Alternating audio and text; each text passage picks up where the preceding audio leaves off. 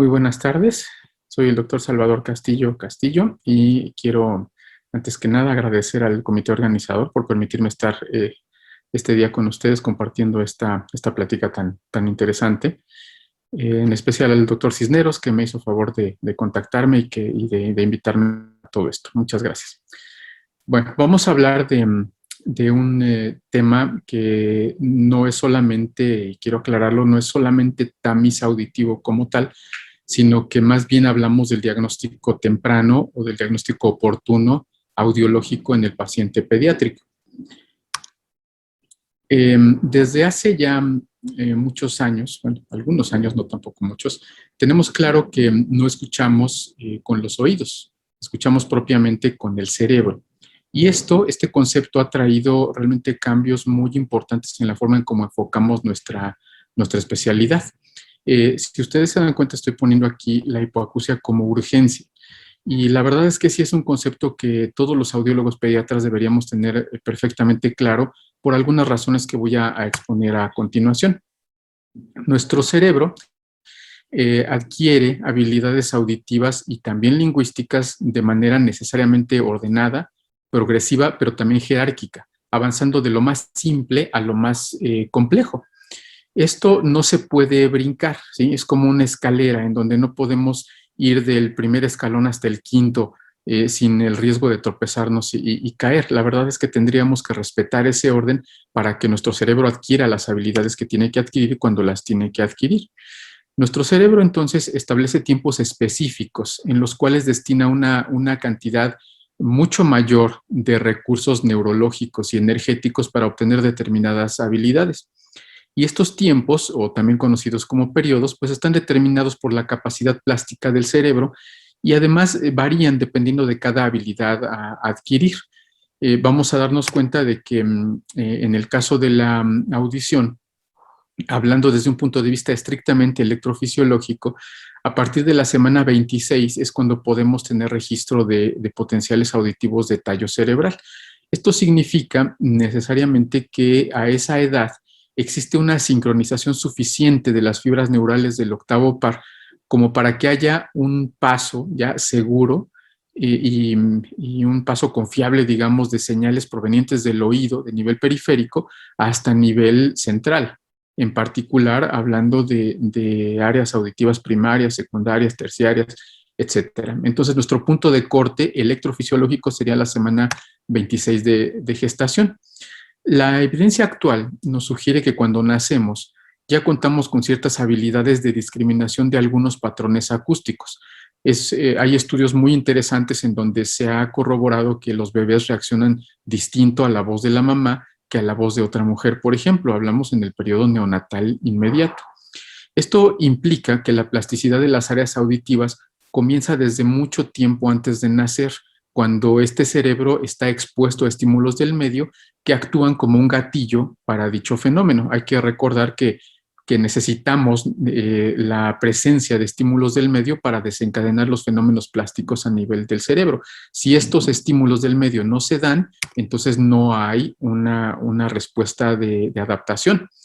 Si tomamos en cuenta la semana 26 como este punto de corte que les mencionaba, simplemente por cuestiones de formalidad electrofisiológica, cuando tenemos un bebé que nace con pérdida auditiva, es decir, un bebé con pérdida auditiva congénita, al nacimiento estaríamos hablando de que tendría 14 semanas de privación auditiva. Esto significa 98 días en los cuales no ha habido neurogénesis y sinaptogénesis a nivel central, hablando en términos de audición específicamente.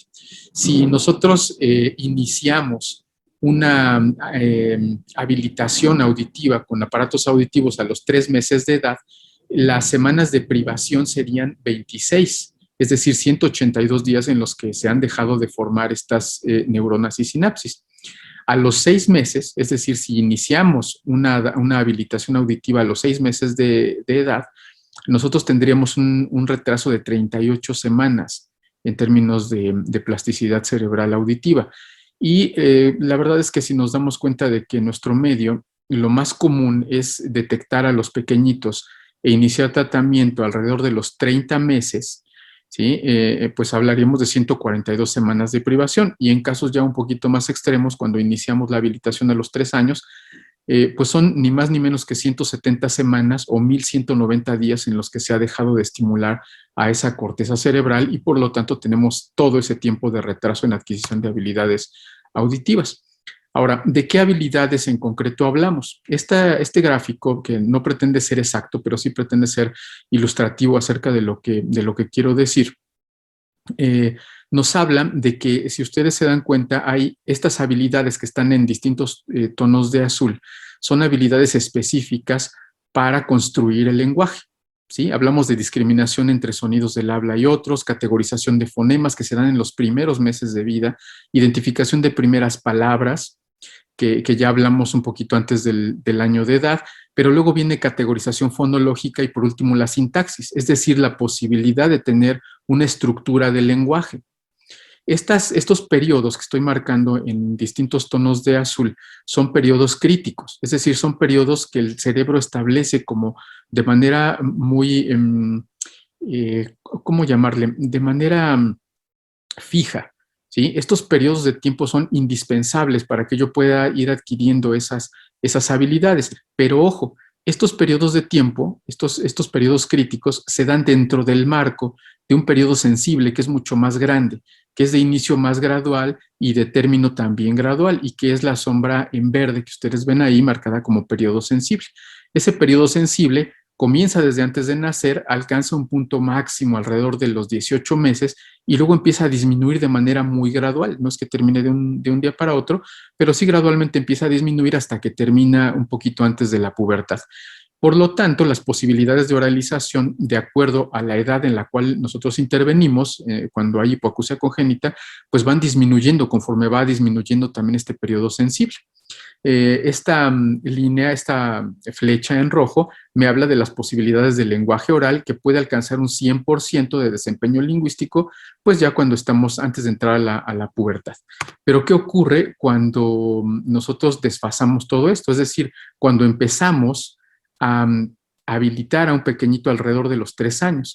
Estas áreas en azul tienen que darse necesariamente si queremos que haya lenguaje, pero tienen ese tiempo definido, es decir, requieren ese entrenamiento durante un tiempo, durante meses, para que se puedan ir dando estas habilidades. Pero resulta que se tienen que dar y ya el periodo sensible ya no es el mismo. El periodo sensible se ha modificado, terminó o está terminando cuando estas apenas están comenzando. Por lo tanto, todas las áreas azules que caen por fuera del periodo sensible, no esperamos que se den de manera completa. Y si se dan cuenta, la que queda afuera principalmente, o las que quedan afuera principalmente, son la categorización fonológica y la sintaxis, es decir, la estructuración del lenguaje.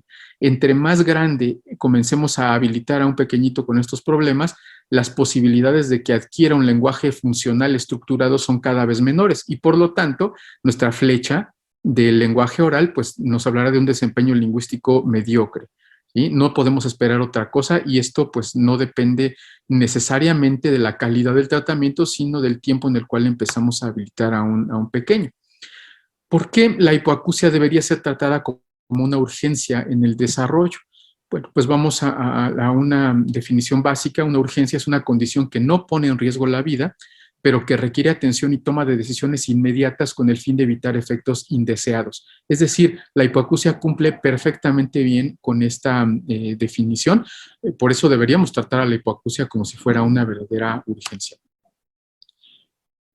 Cuando la hipoacusia se diagnostica y se inicia el proceso habilitatorio de manera temprana, el riesgo de secuelas disminuye de manera notable. Pero ¿cuándo es temprano? ¿Cuándo podemos considerar que se hizo una detección y una intervención temprana? De acuerdo al Comité Conjunto de Audición Infantil, en 2019, que es la última actualización, el diagnóstico temprano de hipoacusia debe llevarse a cabo antes de los 2 meses de vida extrauterina y la intervención temprana, es decir, la adaptación de auxiliares auditivos, debería llevarse a cabo antes de los 3 meses de vida extrauterina. Hay algunos cambios respecto de la normativa anterior, que es de 2007, en donde se consideraba adecuado el tamiz auditivo antes del mes, el diagnóstico antes de los 3 meses y la adaptación de auxiliares auditivos antes de los 6 meses. Ahorita ya cambió, ya no es 1, 3, 6, sino es 1, 2, 3. ¿Con qué recursos contamos para hacer todo esto? Bueno, hay que comenzar diciendo que los estudios electrofisiológicos, que son los que utilizamos en los bebés más pequeñitos, no son estudios de audición en términos estrictos. Son estudios que nos hablan acerca de la función de ciertos segmentos del sistema auditivo, tanto periférico como central, pero no garantizan que el mensaje esté realmente siendo asimilado y aprovechado en áreas auditivas superiores, ¿sí? Primarias, secundarias, terciarias, etcétera, ¿no? Los únicos estudios que en realidad evalúan la audición son los estudios conductuales, como la audiometría o la logoaudiometría. Una vez hecha esta aclaración, podemos hablar un poco acerca del tamiz auditivo. Es el primer paso que damos en la detección, pero el tamiz auditivo no es realmente un estudio de detección estricta o de diagnóstico, como vamos a ver un poquito más adelante. Es simplemente el primer paso en toda una serie de pasos que tenemos que dar para llegar a un diagnóstico adecuado. En el caso de población abierta, pues podemos utilizar emisiones otoacústicas o potenciales auditivos en modalidad de tamiz, ojo, y el primer tamiz se tiene que realizar en el periodo neonatal inmediato. Esto dependiendo también del estudio en cuestión. Si son potenciales auditivos, puede ser el mismo día del nacimiento. Si son emisiones otoacústicas, se tiene que dejar pasar por lo menos 24 horas por el riesgo de que haya líquido en el oído medio. Si pasa el tamiz, entonces lo damos de alta. Es decir, nos olvidamos, le decimos que esté tranquilo, que no pasa nada y listo. Estamos hablando de población abierta sin factores de riesgo, quiero recordarlo. Si no pasa, se tiene que realizar un tamiz horas después. Se sugiere que sean unas cuantas horas después, el mismo día. Si nuevamente no pasa, se sugiere un tamiz como paciente externo, o sea, ya dado de alta, antes del mes de vida, pero hablamos de un solo estudio. No tiene por qué estarse repitiendo más de eso, de acuerdo a la normativa actual.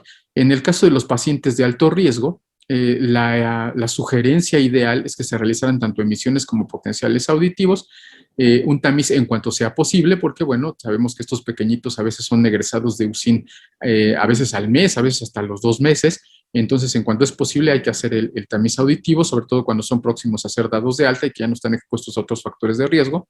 Si no pasa, se realiza un tamiz horas después, y si no vuelve a pasar, y tiene más de un mes de vida, entonces se sugiere un estudio audiológico completo inmediato. Si sí pasa el tamiz, entonces el estudio audiológico se puede diferir hasta antes del año de edad, en concreto a los 9 meses en la mayoría de los casos de factores de riesgo. La parte más importante de realizar el tamiz auditivo es entender sus alcances y sus limitaciones. Como decíamos hace rato, no es una prueba diagnóstica.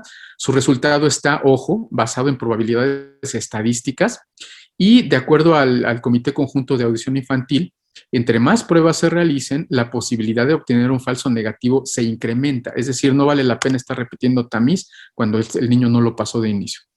Antes de los 2 meses de edad, continuamos con nuestro protocolo en caso de que no hayan pasado el tamiz. Antes de los 2 meses, potenciales de tallo cerebral, vía aérea y vía ósea, pero ojo, en nuestro medio es muy común que se utilicen únicamente el estudio de clics. En realidad no deberíamos utilizar únicamente estudio de clics, sino que deberíamos utilizar tone burst o C-chirp para completar un estudio de frecuencia específica, es decir, medir cómo está escuchando 500, 1000, 2000 y 4000 Hz por lo menos. No es válido realizar únicamente estudio de potenciales con clics, y eso es una idea que la verdad ha costado algo de trabajo que en el medio audiológico se entienda, pero voy a ser muy concreto en esto. Si yo tengo un estudio de clics, únicamente yo encuentro esto, ¿sí? Es decir, si lo pongo en una gráfica audiométrica, estoy encontrando una respuesta exclusivamente en 4000 Hz, ¿sí? No podría yo pretender hacer un diagnóstico con esta audiometría, ¿sí? Bueno, pues eso es lo que intentamos hacer cuando se hace únicamente un estudio de clics.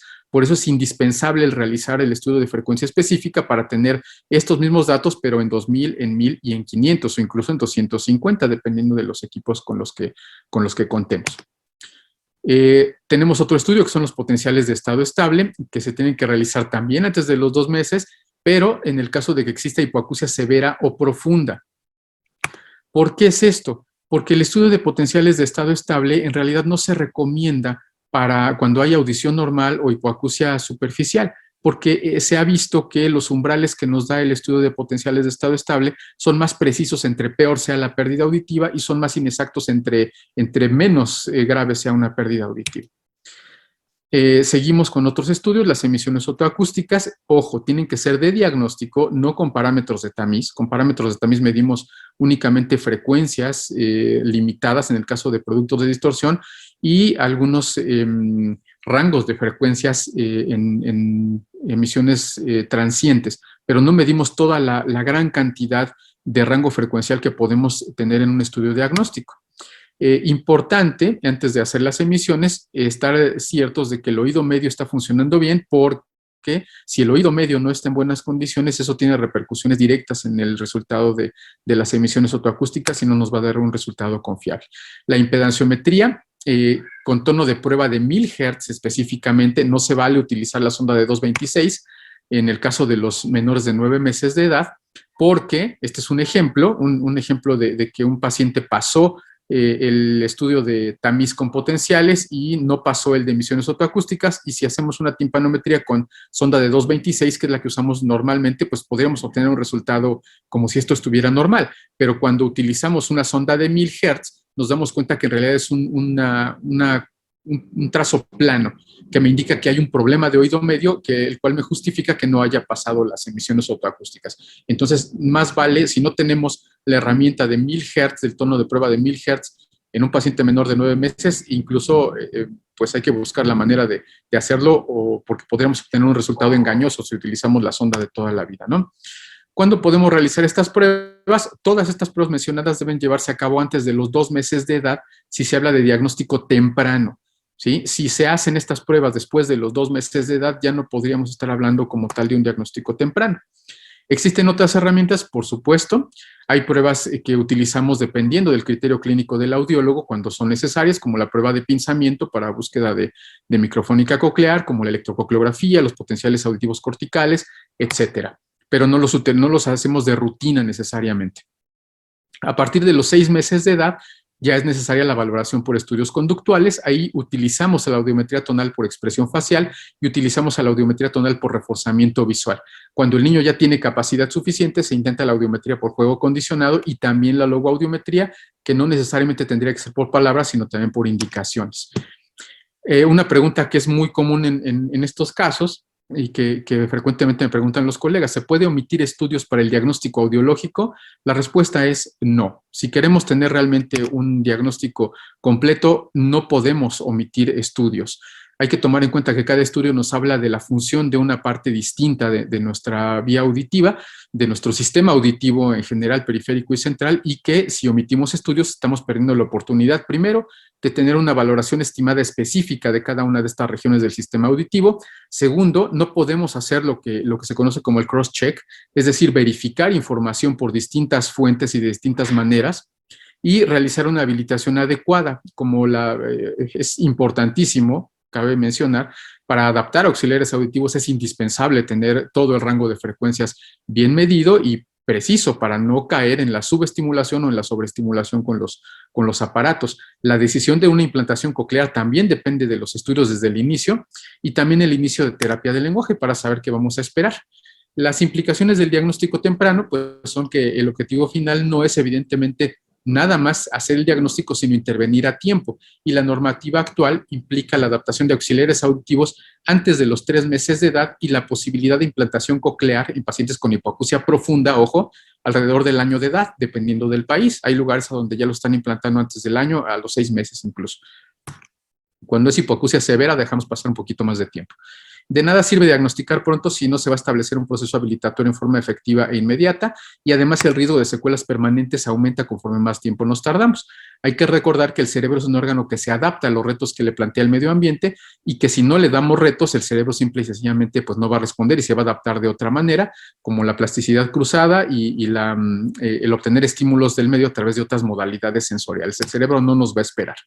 Algunas reflexiones: la objetividad se pierde cuando los estudios son realizados de manera inadecuada, ¿sí? Este estudio que estoy poniendo aquí es un estudio real que me llegó precisamente la semana pasada. Es un estudio pésimamente hecho, pésimamente ejecutado, y que nos da una idea falsa de que aquí había una respuesta cuando en realidad esto es absolutamente ruido. Entonces esto nos afecta más que ayudarnos, repercute de manera muy negativa en el pronóstico del paciente, y hay que recordar que protocolos de estudio incompletos, estudios mal realizados, diagnósticos tardíos y habilitación deficiente siempre nos van a conducir a el riesgo de discapacidad. En 1958, Marion Downs ya adaptaba auxiliares auditivos a niños desde los 6 meses de edad, utilizando los recursos que tenían en esa época, nada que ver con los recursos actuales porque había entendido que la intervención temprana es indispensable para evitar la discapacidad, y en 2021 evidentemente no tenemos justificación para no hacer lo que debemos hacer también cuando debemos hacerlo. Quiero agradecer nuevamente su presencia. Muchísimas gracias por su atención y pues quedaré pendiente de algunas dudas. Muchas gracias.